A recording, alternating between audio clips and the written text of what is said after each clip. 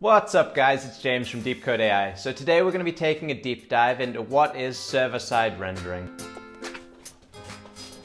Server-side rendering dynamically generates HTML that is then sent along with JavaScript to the client's browser upon the client's request for the page. This means when the client requests the home page, the HTML for the home page is then built and sent to the client's browser. Then the JavaScript is sent to the client's browser. This means the browser can display the HTML while the JavaScript is then loading. This is how websites have been managed since man invented the internet. This means, unlike client-side rendering and static site generation, you can't deploy directly to a content delivery network, and you're going to have to host your own server to serve your website. However, the server can be integrated with a content delivery network. Since the page is essentially built every time the client sends a request to your server, this is going to allow your pages to constantly change and stay up to date with information.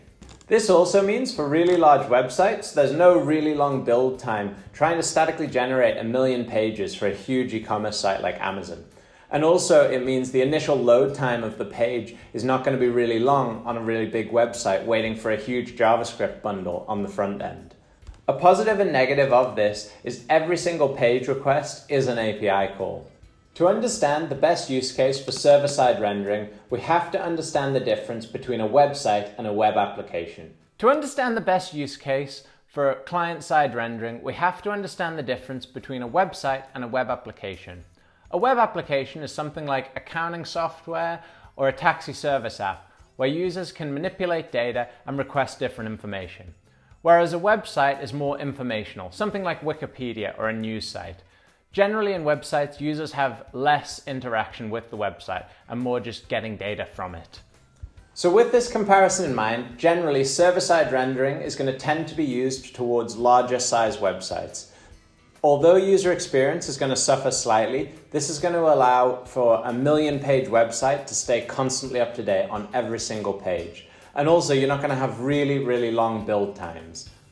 I hope you found this video really useful. If you did, leave a like and subscribe down below.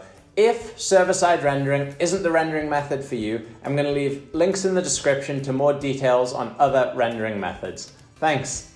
This video was brought to you by Deepcode.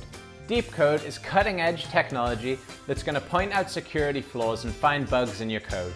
This is going to really streamline your development process. Thanks.